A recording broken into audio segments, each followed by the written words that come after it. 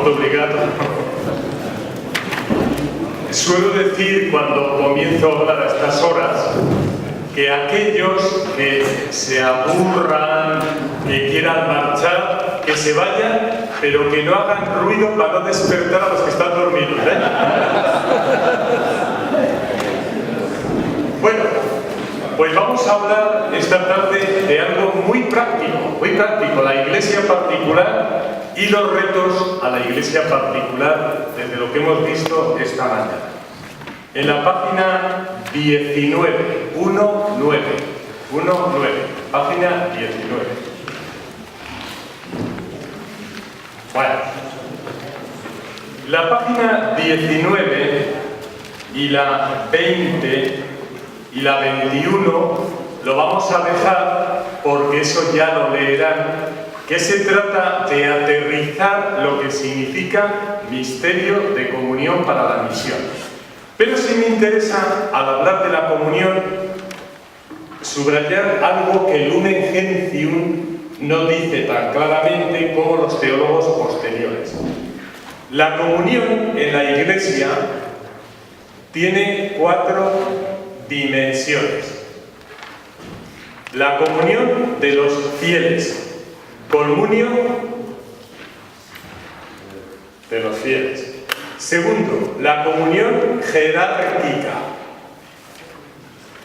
Atención ahora, la comunión entre las iglesias y la comunión de los santos. Y me van a decir, ¿y en qué se basa toda esta comunión? Lógicamente en la Trinidad. Esto es importante, ¿eh? Porque la palabra comunión siempre se refiere a 4 aspectos. Hablamos de comunión entre los bautizados, hablamos de comunión entre la jerarquía, hablamos de comunión entre iglesias, jóvenes, viejas, de continentes, y hablamos de comunión de los santos, la iglesia que peregrina con la iglesia que ya está triunfante. Segundo aspecto, al hablar de misión, siempre tenemos que acordarnos de la Trinidad, porque en la teología postconciliar se dice de la Trinidad que es ad intra y ad destra, ¿no? Lo que se llama Trinidad económica y Trinidad en sí misma. Bueno, entonces esto no lo olvidemos, ¿eh? La iglesia particular, para ser iglesia particular, tiene que vivir estas 4 comuniones, que son una, comunión, fieles, jerarquía, iglesia, santos, tiene que vivir la misión desde lo que es también la dimensión trinitaria. Por eso vuelvo a insistir, la definición de iglesia particular o diocesana desde el punto de vista teológico es iglesia de la Trinidad. Pero ya vamos a dejar las altas teologías y vamos a aterrizar. Y decía esta mañana alguien, oiga, está insistiendo mucho en lo territorial, pero ¿qué es la iglesia diocesana? Y vamos a la página 21. Bueno, mejor dicho, 22, 22. 22, ¿eh? Y contamos 1, 2, 3, el tercer párrafo. Dice, la iglesia particular, atención, la iglesia particular es un evento de salvación contextual. ¿Cómo se define la iglesia particular? Porción del pueblo de Dios. Por lo tanto, no es lo primero el territorio. Porción del pueblo de Dios. Segundo, cuyo cuidado pastoral se encomienda al obispo con la colaboración del presbiterio, de manera que unida a su pastor y congregada por él en el Espíritu Santo, constituye una iglesia particular en la cual verdaderamente está presente y actúa la Iglesia de Cristo, que es la misma, una, santa, católica y apostólica. Digo ahí, lo determinante no es solo lo territorial, sino la porción del pueblo de Dios presidida por su obispo y que peregrina en un determinado territorio. Pero en esa iglesia particular, grande o pequeña, me comentaban ahora en la comida que cuántos habitantes hay en Ciudad Rodrigo. Es la diócesis más pequeña de España. Solo somos 35.000 habitantes. Solo 35.000 habitantes. 109 parroquias, 67 sacerdotes, 4 seminaristas mayores, 19 seminaristas menores y 37 misioneros. Es una diócesis donde ser obispo es un lujo. Te conoces a todos por nombre y apellidos. Cuando sales a la calle ya sabes lo que le pasa a uno, lo que le pasa a otro. Y a mí, como me gusta con la gente compartir y contar chistes, pues cada vez que salgo la gente me cuenta alguna cosa nueva para hacerme reír también, yo también, ¿eh? Ayer, por decir, iba por la calle y me dice un señor: oiga, señor obispo, el obispo de Ciudad Rodrigo una vez iba por la rúa y un gitano le dice: señor obispo, deme algo. Y el obispo le enseña el anillo con esa piedra grande y le dice: besa el anillo que tendrás 1000 años de indulgencia. Y el gitano se queda mirando el anillo y dice: oiga, señor obispo, yo solo me conformo con la calderilla, con lo poco. Bueno, bien. Entonces, es una iglesia que, grande o pequeña, en ella vive la única y la misma iglesia de Jesucristo. Pasamos página a la 23. Muy interesante lo que voy a decir ahora. 23. En el párrafo 1, 2, 3, 4 hacia la mitad. Vamos a ver. ¿Cuáles son las tentaciones que hoy tenemos respecto a la Iglesia? Pues hay un libro que yo les recomiendo que se llama Meditación sobre la Iglesia, de Henri de Libac, que fue escrito mientras él tuvo que guardar silencio castigado durante casi 13 años, porque le decían que estaba enseñando una teología nueva, la Nouvelle Théologie. ¿Os acordáis?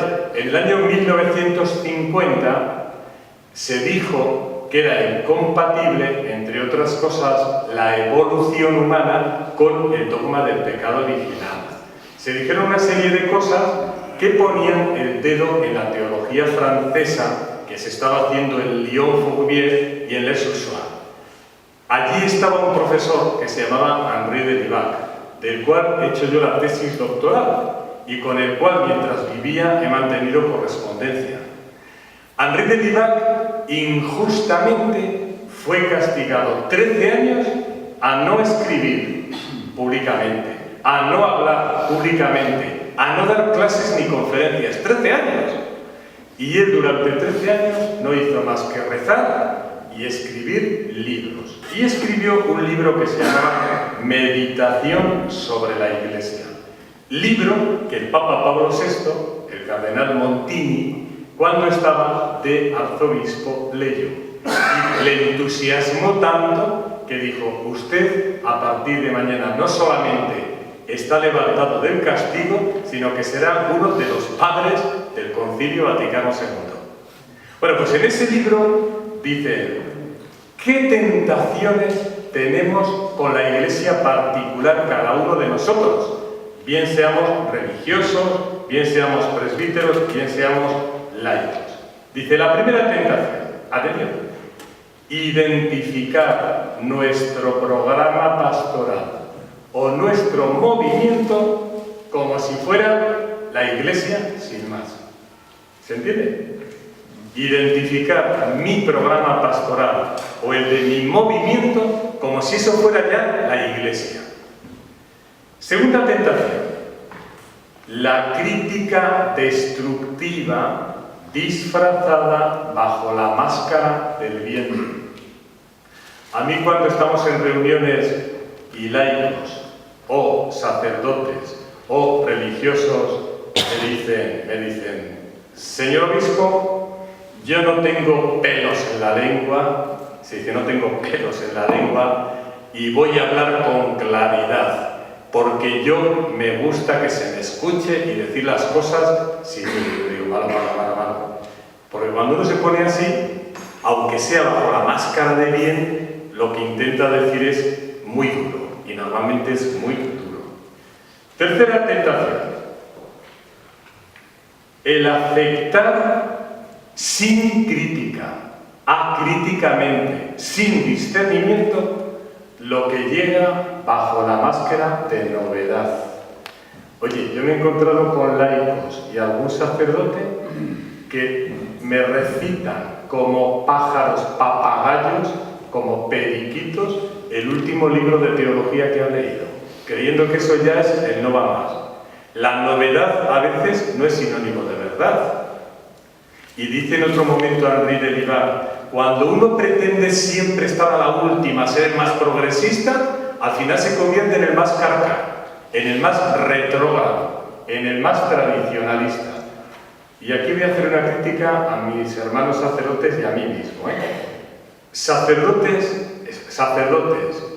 de 70, 75 años, que en su momento tuvieron que sufrir un cambio de mentalidad y de corazón tan grande, leyendo las últimas novedades en teología, se han quedado como los barcos en el puerto, anclados en una teología que ya está desfasada y te la defienden por encima de todo. Y hay que decirles, sí, es verdad, esa teología es cierta, pero se ha quedado vieja, ya no es eso. Y me dicen, ya, pero yo he dado la vida por ello. Ya, pero tienes que estar reciclándote. No puedes estar como un barco parado en medio del mar con el ancla echado, que el barco tiene que navegar y que los esquemas tienen que cambiar también, aunque nos cueste. Bueno. Siguiente tentación. La desesperanza.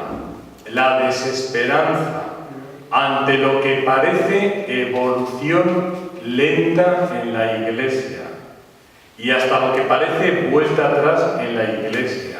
Desesperanza. Miren, cuando en el 2005 tuve que recorrer por primera vez la diócesis de Oviedo, 1,5 millones de habitantes, 1,5 millones de habitantes, iba por todos los arciprestazgos, que eran 28 arciprestazgos, y yo notaba que los curas, a lo que yo hablaba, no decían nada, no hablaban. Y ya pregunté, ¿lo que yo digo no están de acuerdo? ¿No les parece bien? Y me levantó la mano un párroco de 80 años, don Abelino, y me dice, señor obispo, lo que usted dice es muy bonito, pero nosotros, los curas, estamos viejos y cansados. La desesperanza. Y añado algo más. El Papa Juan Pablo II tomó prestado en un momento determinado las palabras de Jürgen Moltmann, que dice Moltmann, del siglo I al XIII, la cristiandad vivió la virtud teologal de la caridad. Mirad cómo se llama, del amor, la caridad. Del XIII al XIX, la fe. Luchas entre católicos, protestantes, ortodoxos, la fe. Y desde el siglo XIX, Darwin y la ciencia, hay que vivir la esperanza. Cuando yo me levanto por la mañana, ¿qué me mueve a seguir viviendo? ¿Dónde está la esperanza? Estamos en el momento de la virtud de la esperanza. Bueno, sigue otra tentación. creer que la Iglesia solo es para élites, para grupos minoritarios, de perfectos, de sabios, de militantes.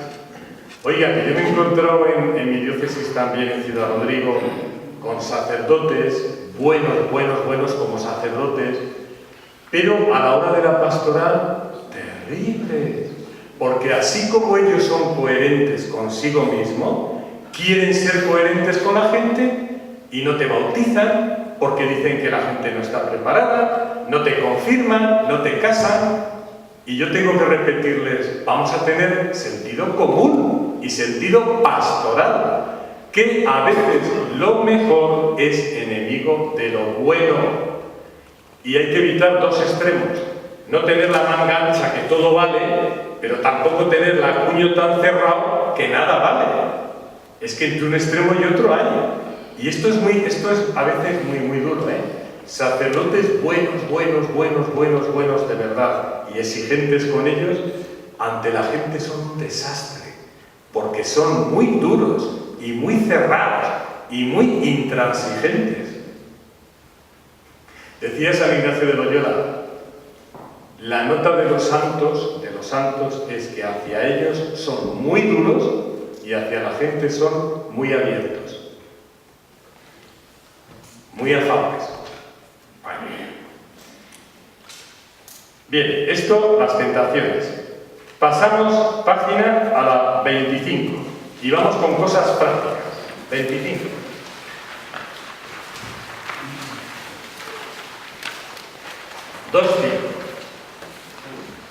¿Qué rostro debe ofrecer la comunidad cristiana de hoy, la iglesia particular de hoy? ¿Qué rostro? Atención. Declara pastoral de misión y de compromiso con la nueva evangelización. Me detengo. Cuando hablo a sacerdotes, los laicos no, cuando hablo a sacerdotes y se habla de nueva evangelización, los sacerdotes tienen dos posturas, o ponen así la cara, como diciendo, ¡qué aburrimiento!, o ponen una sonrisa escéptica e irónica, porque dicen, a ver qué nos dice de la nueva evangelización. Bueno, pues yo tengo mi definición de nueva evangelización. La nueva evangelización es el Concilio Vaticano II con piernas y corazón. La nueva evangelización es enseñar el arte de vivir en cristiano. Y la nueva evangelización es encontrarte con pasión hoy con el Cristo vivo. Y suelo contar esto. Mi hermana Verónica, la menor, somos 5 hermanos, 4 varones y una chica. La menor es, como decía esta mañana el padre Jorge, fundadora porque ella no ha querido ser fundadora, por voluntad del Papa, luego lo hablaré si queréis en el diálogo. El Papa Benedicto XVI la ha hecho fundadora, sin querer, ella, de un instituto pontificio nuevo, para la nueva evangelización, que se llama Jesu Colmunio. Bueno, pues allí todos los días se ven milagros de lo que significa la conversión a la nueva evangelización. Os cuento uno de ellos. Hace 3 meses me llaman por teléfono. ¿Eres Raúl, el hermano de Verónica? Sí, soy un psiquiatra de un hospital de España. Necesito hablar urgentemente contigo. Digo, madre, ¿qué habrá pasado allí? Viene un sábado y según entra me trae un libro con 40 o 50 copias, así con un gusanito, y me hace paz. Y yo leo, relectura de mi vida a la luz de la misericordia de Dios. Digo, no entiendo nada. Dice, vengo a hacer una confesión general de toda mi vida. Dice, yo hasta hace 9 meses era agnóstico, no ateo, porque ser ateo es ser poco inteligente. Agnóstico, ni sí ni no. Y tenía 2 compañeros psiquiatras y me dice, vamos a ir a Lerma y a la Aguilera, en Burgos, donde ha nacido una secta cristiana. y vamos a hacer un estudio de campo para ver las psicopatologías, las enfermedades psíquicas que tienen esas chicas, sobre todo universitarias y gente de nivel, que se meten allí. Vuelven y le dicen a este: oye, nos han confundido. Allí no solamente hay enfermas mentales, sino que son las jóvenes más sanas que hemos visto en años, sin medicinas, sin pastillas, sin terapias. Transmiten vida, ganas de vivir, ilusión, esperanza, fuerza. Y dice el psiquiatra al jefe: qué tontos, qué flojos, qué necios sois. Ya voy yo. Llegó un fin de semana y vio una profesión solemne. ¿Escuchó? Y vio. Después de la profesión se juntaron las 220 monjas de clausura, 220 monjas de clausura menores de 35 años, se juntan en una gran sala, ellas en una parte y aquí 500 personas, 400 y pico jóvenes, y entablan un diálogo, cantan, rezan, hablan, y este psiquiatra estaba allí. Y notó en un momento determinado que el suelo se desplomaba, que no pisaba suelo, que todas las certezas racionalistas se le iban, y sintió unas ganas enormes de llorar. Salió, se metió en su coche y empezó a llorar como decimos en Castilla con hipo, desde el diafragma, como los niños, a llorar. Al día siguiente vuelve al monasterio y dice: quiero hablar con una monja que tenga experiencia de Dios. Y una de las monjas más mayores habla con él y este le cuenta lo que había pasado. Y dice la monja: lo que a usted le ha pasado está ya escrito. Usted ha oído hablar de Manuel García Morente, un filósofo, gran filósofo español de los años 30, que siendo agnóstico, un día mientras escribía un libro de filosofía, sintió la presencia de Cristo resucitado y tuvo los mismos síntomas. El suelo se le caía, sus convicciones racionalistas desaparecieron y no le quedó más remedio que llorar. Y se hizo presbítero diocesano. Dice: pues no lo he oído, pues léalo. Lee el libro Historia de mi conversión y viene otro día y dice: yo quiero que los sábados alguien, alguna monja, aunque sea novicia, aunque sea postulante, me hable de lo elemental. ¿Quién es Dios? ¿Quién es Jesús? ¿Qué es la Iglesia? ¿Qué es la oración? ¿Qué es la Eucaristía?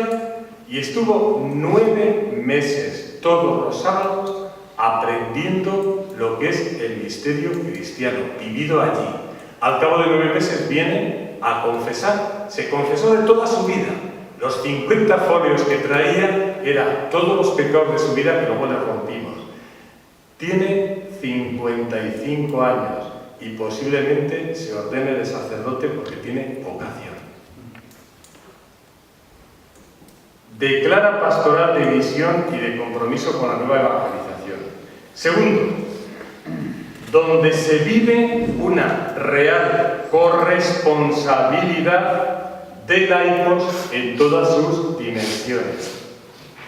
Oiga, que los laicos no son un lujo, que los laicos no nos estorban en la Iglesia, que los laicos son corresponsables. El Papa Juan Pablo II no se atrevía a decir la palabra corresponsabilidad, porque le habían dicho en Roma que no la dijera. El Papa Benedicto lleva constantemente diciendo la palabra siempre que habla de laicos y a los laicos, sin miedo. Corresponsabilidad. Tercero, insertada la Iglesia realmente en el contexto social donde comparte los problemas sociales de sus contemporáneos. ¿Yo qué queréis que os diga de la situación de Portugal? Pues como la situación de España, como la situación en general de lo que los ingleses, ahora que no nos oyen, y yo sé que con ustedes los portugueses se llevan muy bien, la situación de los países que nos llaman pigs, cerdos, pigs, que son P, Portugal, I, Italia, G, Grecia y S, España. Nos llaman los cerdos. ¿Cómo se dice en portugués cerdo? El porco, lo llaman los porcos, la palabra que en inglés significa.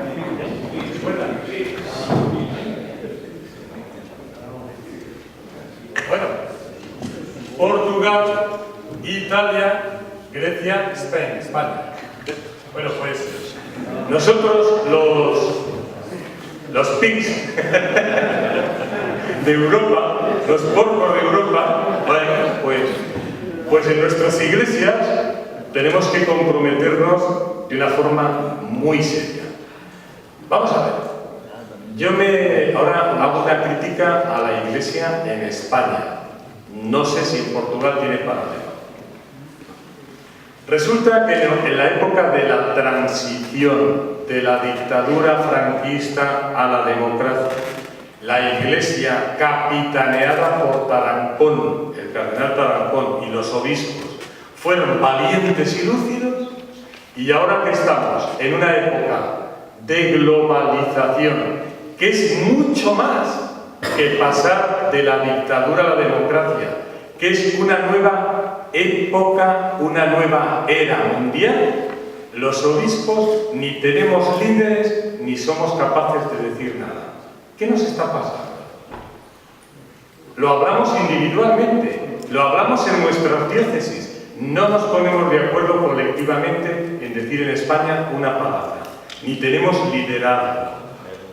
¿Y sabéis lo que está ocurriendo? Que los medios de comunicación aprovechan esta debilidad para dividirnos. Y en este momento los obispos en España, por las caricaturas que hacen los medios de comunicación, estamos cada uno por su sitio. Así no, así no. Y segunda cosa, la Iglesia en este momento tiene que hacer dos palabras. Tiene que hacer lo que es el día a día de la caridad, pero también proyectos de promoción a largo plazo. Yo a los curas y a la gente laica les cuento lo siguiente.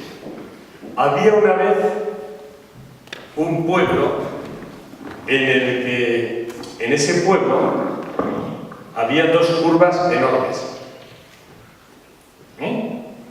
Aquí estaba el pueblo.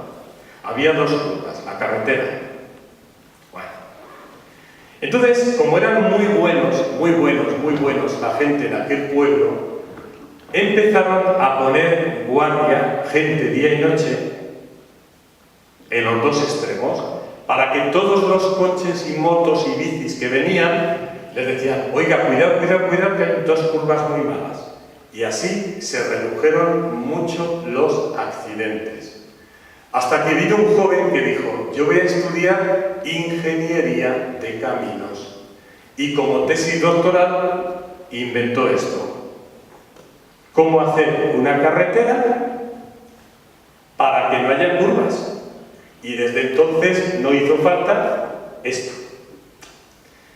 En la Iglesia necesitamos esto. Gente que dé pescado, peces, comida. Pero necesitamos también esto.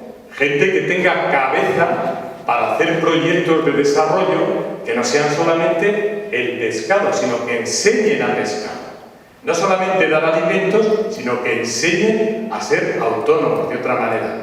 Bueno, pues esto sin miedo, me dicen algunos obispos mayores, mira Raúl, nosotros en España hubo un momento en que estábamos aquí. La Iglesia parecía más una iglesia de desarrollo social que una iglesia de Jesucristo mística, espiritual. Dice, y así que ahí vamos con miedo. Pero no, señor, hay que tener miedo. Hay mirada a Cristo y mirada a la realidad. Hacer esto y hacer esto. Bueno, pues esto es... La Iglesia tiene que tener una adecuada programación pastoral.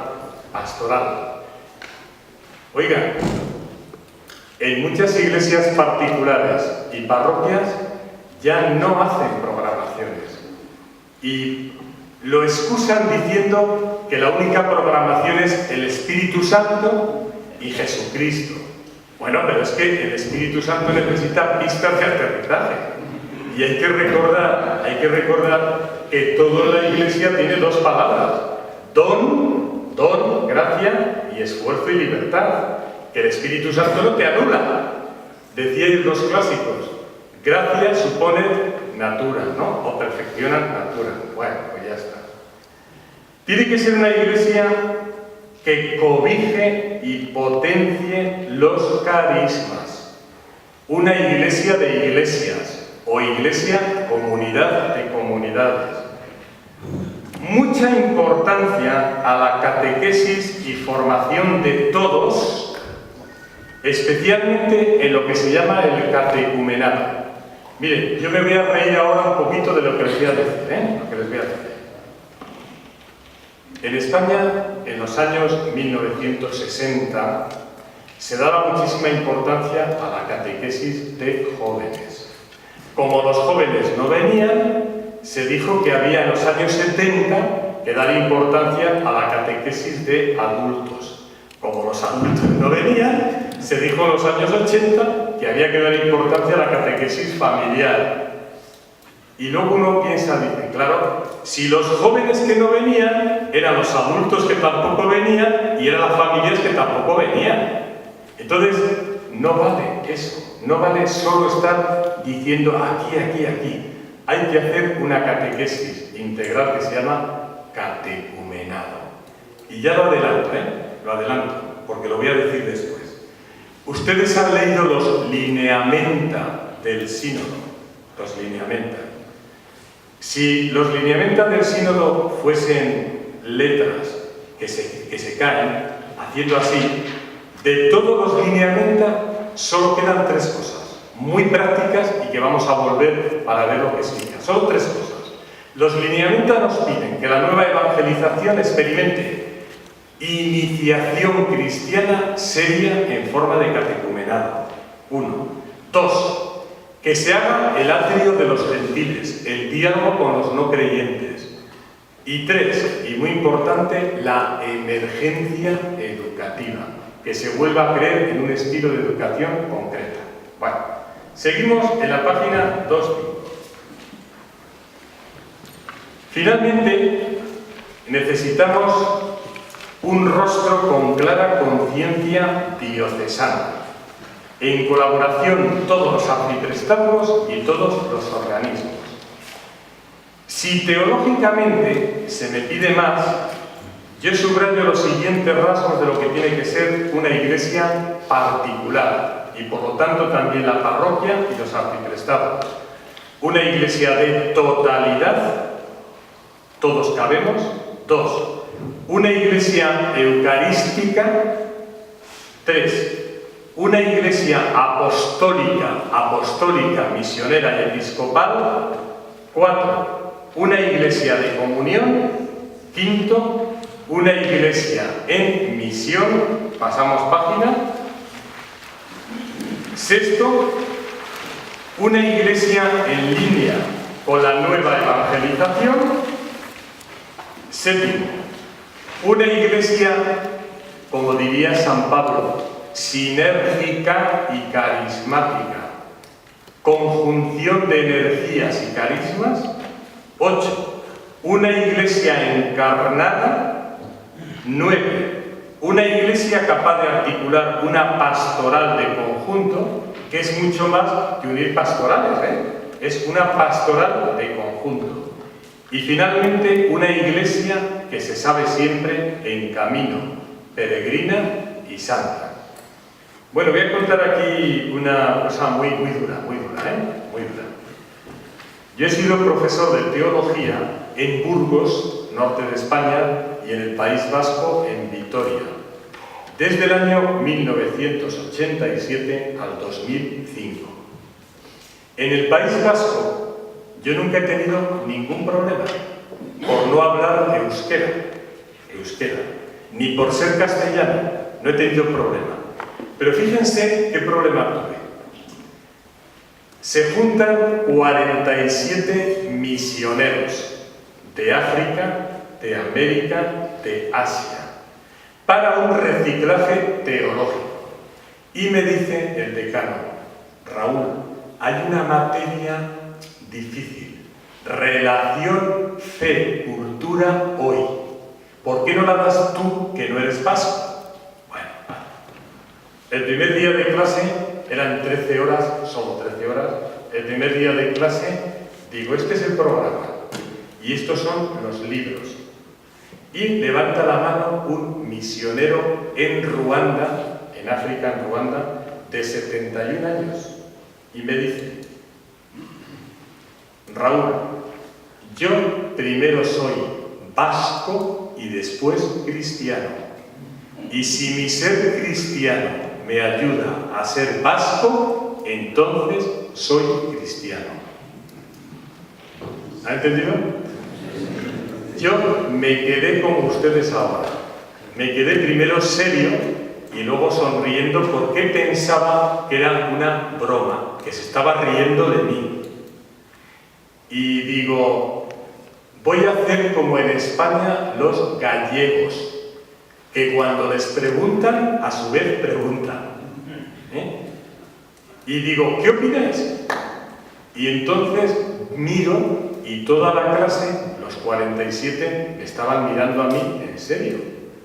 Y pido luz al Espíritu y le digo, vamos por partes. Primero, el cristianismo es como una bomba lapa, como la que los terroristas de ETA, aquí en el País Vasco, ponéis en los coches para volarlos, que se pega al coche. Donde entra el cristianismo, explota, boom, la cultura y la política a la catolicidad y a la universalidad. No puede haber ideología católica cerrada, siempre es católica abierta. 2. Yo he nacido en Burgos. Soy burgalés, castellano, español, europeo, pero también soy bautizado hacia la Nueva Jerusalén. Mi patria no es el País Vasco, ni Castilla, ni España, a la Nueva Jerusalén. Tercero, no entiendo una ideología que para mantenerse necesite la violencia, lo más contrario al cristianismo. Y cuarto, ahora entiendo lo que pasa en Ruanda, en África, donde tú estás de misionero, que una tribu cristiana y otra tribu cristiana se matan con machetes y con lanzas entre ellos porque es más fuerte la sangre y la tribu que el propio cristianismo. Que el cristianismo es como una camisa que se quita y se pone. Se acaba la clase, salimos al recreo y se juntan 20 sacerdotes misioneros alrededor. Y me dicen, muy bien, Raúl, nosotros somos vasco-españolistas y lo que tú has dicho lleva razón, pero no podemos hablar. Y se me juntan otros 20 y me dicen, mal, nosotros somos vasco-euskaldunes y lo que ha dicho el compañero es verdad, no lo tuyo. Acabaron las 13 horas y las posturas seguían iguales. Unos creyendo que primero hay que ser vasco y luego cristiano, y otros que primero cristiano y a la vez vasco. Bueno, pues este es el problema. Y son misioneros. Y son misioneros. Bueno, seguimos ahí. Miren, en la página 26, algunas mediaciones o herramientas para una comunidad con futuro, llámese iglesia particular o llámese parroquia o arciprestado. Primero, un espíritu nuevo. Atención, hay que volver a escuchar al mismo tiempo la palabra de Dios y los signos de los tiempos. Qué bien lo expresaron en el Concilio Vaticano II algunos obispos de los Países Bajos, Bélgica, Holanda, Luxemburgo, que decían, en el Vaticano II hemos aprendido a rezar con dos cosas, la Biblia en una mano y el periódico del día en otra. La Biblia en la mano y el periódico del día en otra. Y yo os voy a contar una experiencia preciosa también. En Barcelona, en un congreso de teología, intervenía Enzo Bianchi, que es un monje laico, fundador de unas comunidades de base. Yo estaba donde vuestro obispo y él estaba aquí. Y en italiano, porque él no hablaba castellano, me dice: señor obispo, ¿usted qué es lo que tiene que hacer más importante cada mañana? Yo, como sabía que la pregunta tenía su qué, me callé. Y dice: usted cada mañana no tiene que empezar a leer los deportes. Usted por la mañana no tiene que oír las tertulias de la radio de economía. Usted por la mañana no tiene que poner la televisión para ver cómo está el mundo. Lo primero que tiene que hacer es la lección divina. Eso sí, con el periódico del día en su mesa. Porque usted, cuando salga a la calle, no tiene que hablar a sus feligreses de economía, ni de política, ni les va a vender balones de fútbol, ni ordenadores, ni coches. Sus feligreses quieren oír algo de Dios que les sirva para la vida. ¿Y qué verdad? Y voy a decir otra cosa muy dura. En España, hace 15 años, el Banco Bilbao Vizcaya Argentaria hizo un informe que se llama FOESA, informe FOESA. Allí decía lo siguiente, atención, el 70% de la gente que va a misa los domingos en España, 70%, tiene más de 65 años. Y de esos mayores que van a misa, más del 50% afirmaba que las cosas que oía en la iglesia o que leían no le servían para la vida. Que la vida era una cosa y que la religión era otra. Esto es durísimo. Entonces, ¿qué estamos haciendo? ¿Para qué hablamos? ¿Para quién hablamos? Vale. Seguimos. Es preciso, al mismo tiempo que escuchar la palabra de Dios y los signos de los tiempos, conjugar fidelidad y creatividad. Y sobre todo, la esperanza. La esperanza. Vuelvo a repetir, aquí hay una frase de Peggy preciosa que dice: si los cristianos de hoy no dais esperanza y alegría, retiraos, no tenéis nada que dar. Esperanza y alegría. Necesitamos comprometernos en un nuevo giro apostólico que nos pide vivir una fe, atención, confesante, públicamente confesante, encarnada en nuestra tierra y martirial, con una frase también de Peggy muy dura: tener la verdad es empezar a sufrir y defender la verdad es empezar a morir. Tener la verdad es empezar a sufrir, defender la verdad es empezar a morir. Seguimos. Debemos realizar un discernimiento con estos criterios comunes en toda la Iglesia diocesana. Criterios comunes. 1. La pasión por Jesucristo. 2. La pastoral de la zapatilla, de salir a la calle, zapatilla de zapato, zapatilla, de salir a la calle. 3. En resistencia abierta contra los ídolos de hoy, el gozar, el poder, la eficacia, lo grandioso. Trabajando siempre desde la comunión, al servicio de nuestra realidad sociocultural y de nuestras pobrezas. Alguien me ha dicho antes: me gustaría que explicara un poquito más lo que usted entiende por profetismo en la Iglesia. La palabra profetismo yo la entiendo literalmente y pastoralmente.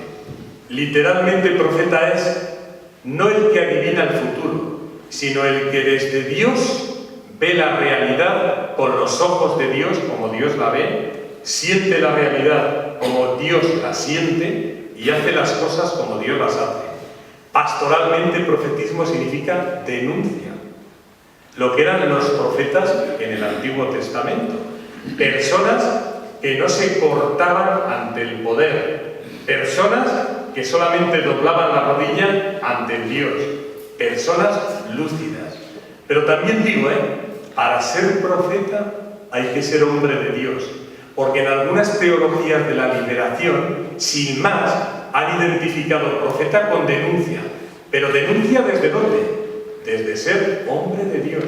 Es lo que nosotros decimos, bienaventurados los mansos. Lo primero son los pobres, bienaventurados los mansos. Los mansos son los que defienden los derechos de Dios. Y bienaventurados los que lloran. Lloran como Dios del mundo y por eso lloran. Esos son los profetas verdaderos. Lo demás, profetismo no queda. El profetismo del hombre de Dios queda. Qué bien lo expresó una vez Juan Pablo II. Dijo: no hay un revolucionario mayor que un santo, porque ve las cosas desde Dios. Y no hay nada que le pare hasta dar la vida. Los demás somos profetas de libro. De libro. Vale. Seguimos. Y siempre tenemos que ver delante los rostros de los hombres y mujeres de hoy, con las alegrías y los gritos de dolor y sufrimiento de todos. Bueno, dicho esto, al final de la página 27, yo os voy a hacer un regalo a todos los presbíteros de Coimbra. Un regalo, como si fueran rey mago, o reyes magos, ¿no? Os voy a regalar una silla, una medalla o moneda, una brújula y un GPS. Y aunque no lo pongáis, os voy a regalar un pastillero de pastillas. ¿Qué sería la silla? Atención, presbíteros, La silla tiene 4 patas. Por favor, haced siempre comunidades en que las 4 patas de la silla estén equilibradas. Que son comunidad, anuncio misionero, celebración de sacramentos y compromiso de la caridad. Cuando yo voy como obispo a las pequeñas comunidades, a la gente les gasto una broma y digo: vamos a hacer un examen. ¿Cómo anda esta comunidad en el aspecto de comunión, de comunidad? ¡Ay, señor obispo, muy mal! De 0 a 10, un 4. Bueno. ¿Cómo anda esta comunidad en el aspecto de anuncio misionero? Muy mal. Otro 4. Bueno. ¿Cómo anda esta comunidad en celebración? Bien, bien, bien. Un 6, un 7. Vale. ¿Y cómo anda esta comunidad en compromiso cristiano, de amor? Bastante bien, un 7 y un 8. Bueno, pues siento decir que no os podéis sentar en esa silla, porque fíjate que desequilibrio. 8, 7, 4, 4. Tiene que estar igual, las 4. Os regalaría también una medalla o una moneda con 2 caras. Rey y reino. Yo no quiero cristianos ni sacerdotes muy místicos, muy espirituales, muy de relación con el rey, pero que luego en la vida no se nota el reino. Pero tampoco quiero cristianos muy comprometidos con el reino que no tienen relación con el rey. Rey y reino. Regalaría también una brújula bien orientada.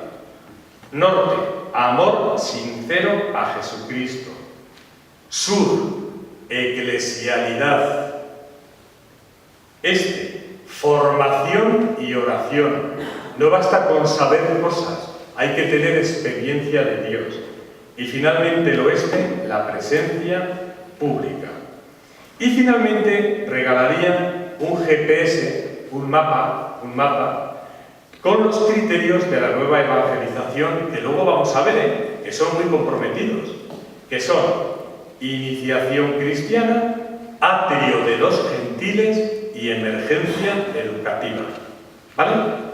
Y he dicho que voy a regalar también un pastillero, de meter pastillas, que tiene 3 pastillas. Humor, amor y paciencia. Humor hasta para reírnos de nosotros mismos. Amor en forma de ternura, que es lo único que cambia a las personas. Y paciencia, porque nosotros sembramos, pero no nos toca recoger. Dice el Papa Benedicto XVI, éxito, éxito, existe en portugués la palabra éxito. Éxito no es nombre de Dios. Éxito no es nombre de Dios. Porque lo nuestro es como la mostaza, el grano pequeñito de mostaza del Evangelio. La mostaza, cuando se siembra, es un arbusto donde hay pájaros. La iglesia es un arbusto con pájaros, pero siempre siembra pequeñito, pequeñito, pequeñito. Y a veces no nos toca recoger. Y en relación a la ternura, les voy a contar algo del amor, amor en forma tierna, ¿no? Les voy a contar algo muy bonito. En los años 70, bueno, 60 mejor, en Francia había un dominico que cantaba, que se llamaba el padre Dival, que acabó alcoholizado, ¿verdad? Y escribió un libro en su última época que se llamaba El niño que quiso alcanzar la luna, que estará en portugués también, y que yo le invito a que si hay alcohólicos lo lean. El niño que quiso alcanzar la luna. Bueno, el padre Dival contaba su vocación de esta manera, ¿eh? Resulta que él, como niño, vivía en el campo francés. Y durante el mes de junio y julio y agosto, con su padre, cortaron leña para poder meter en la estufa en el invierno. El primer día de clase, en septiembre, el padre Dival, niño, con otro niño, prendieron fuego a toda la madera que habían estado cortando durante 3 meses.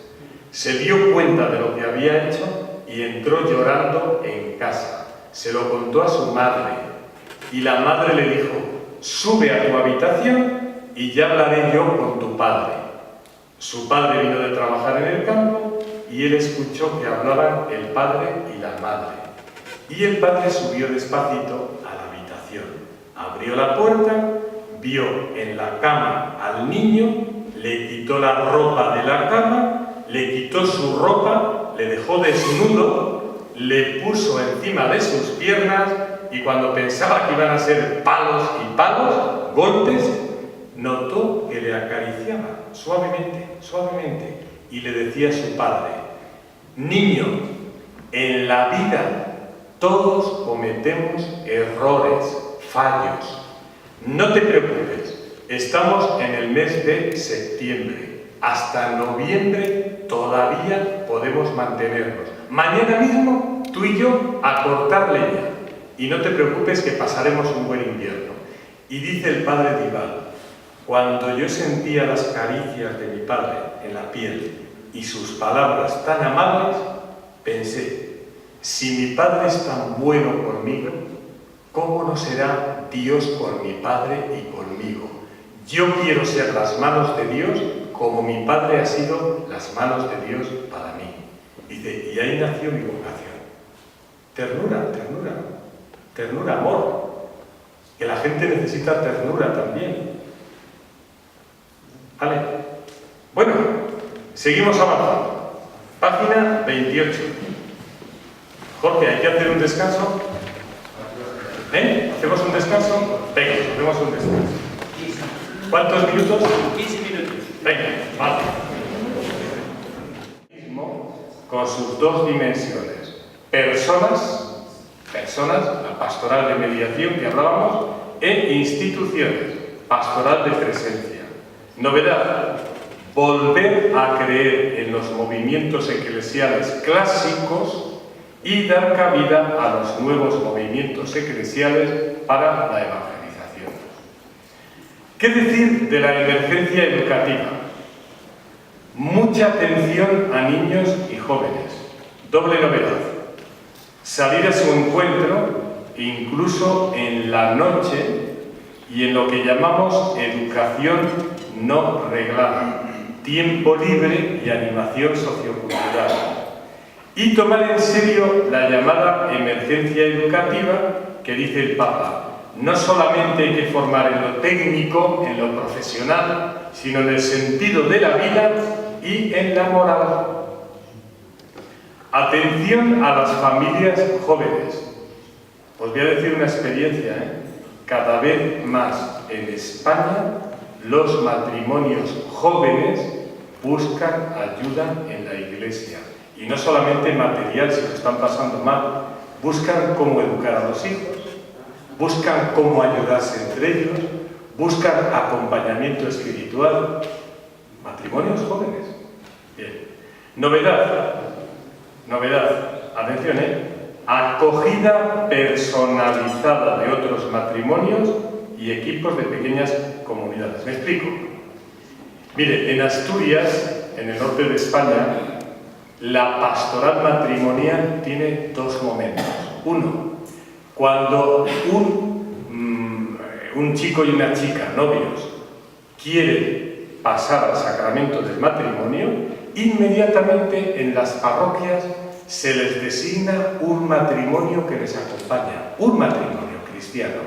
Y luego tienen encuentros comunitarios con otros. Más importante que lo comunitario es el seguimiento personalizado de matrimonio por pareja de novios. De verdad, lo mejor, porque luego hay un seguimiento y son como los padrinos, los acompañantes. Digo ahí también evangelizar desde los medios de comunicación, en los medios de comunicación, por los medios de comunicación. Novedad, el aula de cultura parroquial y el animador cultural. ¿Qué es esto? Los obispos italianos aquí nos llevan a los portugueses y a los españoles y a los franceses años. En las parroquias de Italia hay laicos que se llaman animadores culturales, que manejan perfectísimamente la informática. Y a los feligreses, el día de su santo les mandan mensajes por teléfono, están conectados con el ordenador, todo lo de la parroquia ya no se hace por escrito en papel, se manda a través de esto. Y los niños, cuando vienen a la catequesis, reciben las catequesis que han preparado los animadores también desde el punto de vista de la tecnología. Es que es una contradicción que los niños en las escuelas estén manejando los ordenadores y el cuadro electrónico y vengan a catequesis y van a la edad de piedra, con libros, con papeles. ¿Dónde estamos? Pero eso no tenemos nosotros obligación de ser expertos. Hay gente experta. Ese es el animador cultural. Nosotros manejamos lo básico, otros van preparando. Y os digo la verdad que se puede llegar a mucho. Les voy a decir una experiencia. 35.000 habitantes, mi diócesis. Vaya. En Ciudad Rodrigo tenemos una productora católica de cine profesional. Es la única empresa de jóvenes fuerte. 8 jóvenes contratados, ellos tienen empresa y se dedican a cine profesional y a las tecnologías profesionales. Yo les dije en esta Semana Santa, ¿por qué no hacemos en los teléfonos iPod y Android, a los que se puede conectar Internet, estos teléfonos, Android e iPod, ¿por qué no hacemos una ventana donde la gente que quiera saber cada día de la Semana Santa qué es, pueda conectarse? Entonces, cada día, en 3 minutos, ofrecíamos. 1. El día en el que estábamos de la Semana Santa, lunes, martes, miércoles, jueves, viernes. 2. Con imágenes, qué significaba aquel día. 3. Un pequeñísimo mensaje de 20 segundos. Y 4. Una mini oración de 15 segundos en ese día. ¿Saben cuántas llamadas, bajadas, se llaman, nosotros decimos bajadas, se recibieron de media al día en aquello? 80.000.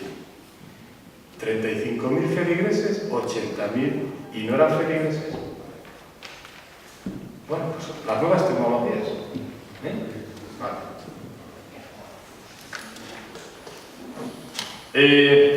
Decimos ahí procesos de iniciación cristiana serios y completos, con la novedad que la catequesis no sea solo para los sacramentos, catequesis continuada y de verdadero catecumenado, y crear espacios orantes para iniciar en la oración personal y litúrgica.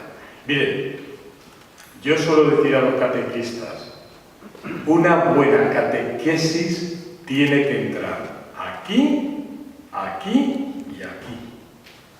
Entra aquí con los contenidos intelectuales, entra aquí con las canciones y los símbolos, y entra aquí con la oración. Si en toda catequesis hay contenidos, cántico y símbolos y oración, es una catequesis. Porque tiene que entrar aquí, aquí y aquí. Y a los jóvenes les digo, lo que entra aquí no me fío. Oyes por aquí, sale por aquí, por aquí. Lo que entra aquí en el corazón ya me fío más. Pero también son sentimientos. Lo que entra aquí en la tripa y te hace cosquillas, eso es lo auténtico. La oración. Y finalmente evangelizar con el patrimonio histórico, con la literatura, con la música, con el arte, con el cine. Como novedad, pues hay que potenciar artistas cristianos y nuevas iniciativas cristianas. Hay que potenciar. Y decimos en la página 30, para los alejados y no creyentes, crear espacios de acogida y de diálogo y el llamado patio de los gentiles o la audacia de dialogar. Bueno, esto no es fácil, Yo llevo 2 años, dialogando con el filósofo de moda en España que se llama Marina, José Antonio Marina, y ¿saben lo que pasa? Que siempre llegamos a un punto muerto. ¿Por qué? Miren, él me dice, Raúl, lo nuestro es lo siguiente, estamos delante de una catedral. Vale. Estamos delante de una catedral. Yo, dice él, estoy aquí. Y te describo la catedral como yo la veo desde fuera. Y te la describo perfectamente. ¿Qué estilo es? ¿Cuánto mide? ¿Qué altura tiene? ¿Cuánta gente entra y sale? Pero es que tú estás aquí y me describes la catedral como tú la ves desde dentro.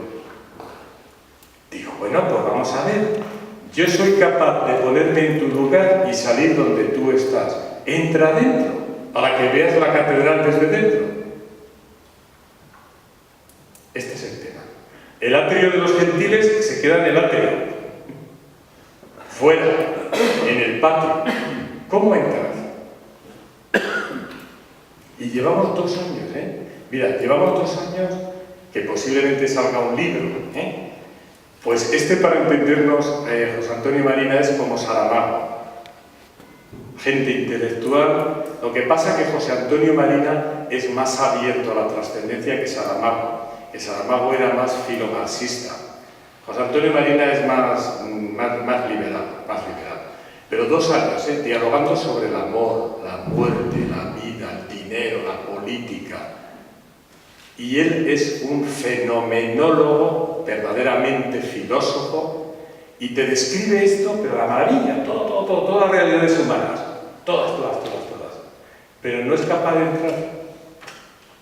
Y yo le digo, mira, José Antonio, para ti la realidad es un rascacielos que tiene pisos. Y tú crees que con tu razón, que es un ascensor, hoy te puedes detener aquí, que es el fenómeno estético. Mañana bajas aquí, que es lo ético. Mañana aquí, que es lo social. Y mañana aquí, que es lo biológico.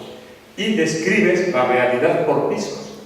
Para mí la realidad no es un rascacielos. La realidad es una cebolla. ¿Cómo se dice en portugués cebolla? Bueno, que tiene muchas capas y un único tronco.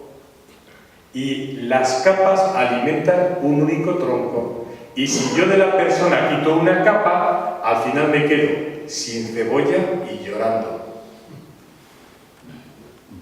Y esta es la diferencia. No entran dentro y además creen que la realidad es esto. Por pisos. Y así. Y ahí estamos. Bueno. Y finalmente, en cuanto a la llamada del atrio de los gentiles, lo que acabo de decir, la pastoral de la universidad, la pastoral de la universidad. Uy, qué importante es esto. El Papa nos ha hablado del atrio de los gentiles, yo hablo del atrio de los intelectuales, también hay que estar presentes en la universidad. Y yo de verdad, de todo lo que conozco en el mundo católico, lo único serio que me he encontrado son los jesuitas, que siguen apostando por una verdadera pastoral de la universidad, desde dentro, desde dentro, sin prisas, desde dentro. Ellos se forman muy bien y la pastoral que tienen es lenta pero segura. Bueno, finalmente, ¿qué frutos dará en la iglesia particular esto que llamamos nueva evangelización? Familias cristianas, comunidades reales, iniciativas de justicia social y solidaridad, vocaciones consagradas, denuncia de infidelidades y escándalos en nuestras propias comunidades, coraje para reconocer las propias culpas, sólida confianza en la esperanza y una iglesia, en resumen, que sabe mostrar en todos los ámbitos lo que el Espíritu hace, lo que el Espíritu hace, y que Él es el que lleva el camino. Y digo ahí como final, evangelizar significa enseñar el arte de vivir. Existe la tentación de la impaciencia, de buscar inmediatamente el éxito. Dios no cuenta con los grandes números. El poder exterior no es necesariamente signo de su presencia. El reino de Dios no es una cosa, una estructura social o política, ni una utopía. El reino de Dios es Dios mismo. Quiere decir, Dios existe, Dios vive, Dios actúa. Bueno, pues esto es lo que yo quería decirles. Muchas gracias.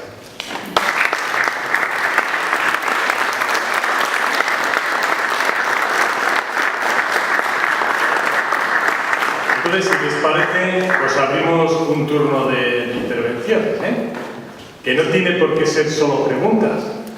Para distender un poco y animar, yo a veces cuento que un premio Nobel, después de recibir el premio Nobel, tuvo que recorrer todas las universidades del mundo y le acompañaba un chofer, un conductor, un chofer, ¿no? ¿Cómo decís? El chofer llegó un día que dijo: Señor, si usted no puede dar una conferencia, se la doy yo. Me lo he aprendido de memoria. Siempre escuchando lo mismo, lo hago. Resulta que el premio Nobel se pone enfermo de la voz y le dice: yo me quito la barba, dice el premio Nobel, tú te pones barba postiza, te doy mis gafas y das la conferencia. Oye, y el chofer dio la conferencia perfecta, mejor que el premio Nobel. Pronunciaba mejor, hacía los ejemplos con entusiasmo y no le habían dicho al chofer que había preguntas. Y después, en el turno de preguntas, alza la mano un profesor y le hace una pregunta de premio Nobel. Y el otro, el chofer, que era listo, inteligente, se queda mirando y dice: oiga, ¿usted cree que ha hecho una pregunta de premio Nobel? Eso se lo responde hasta mi chofer, que se lo responda.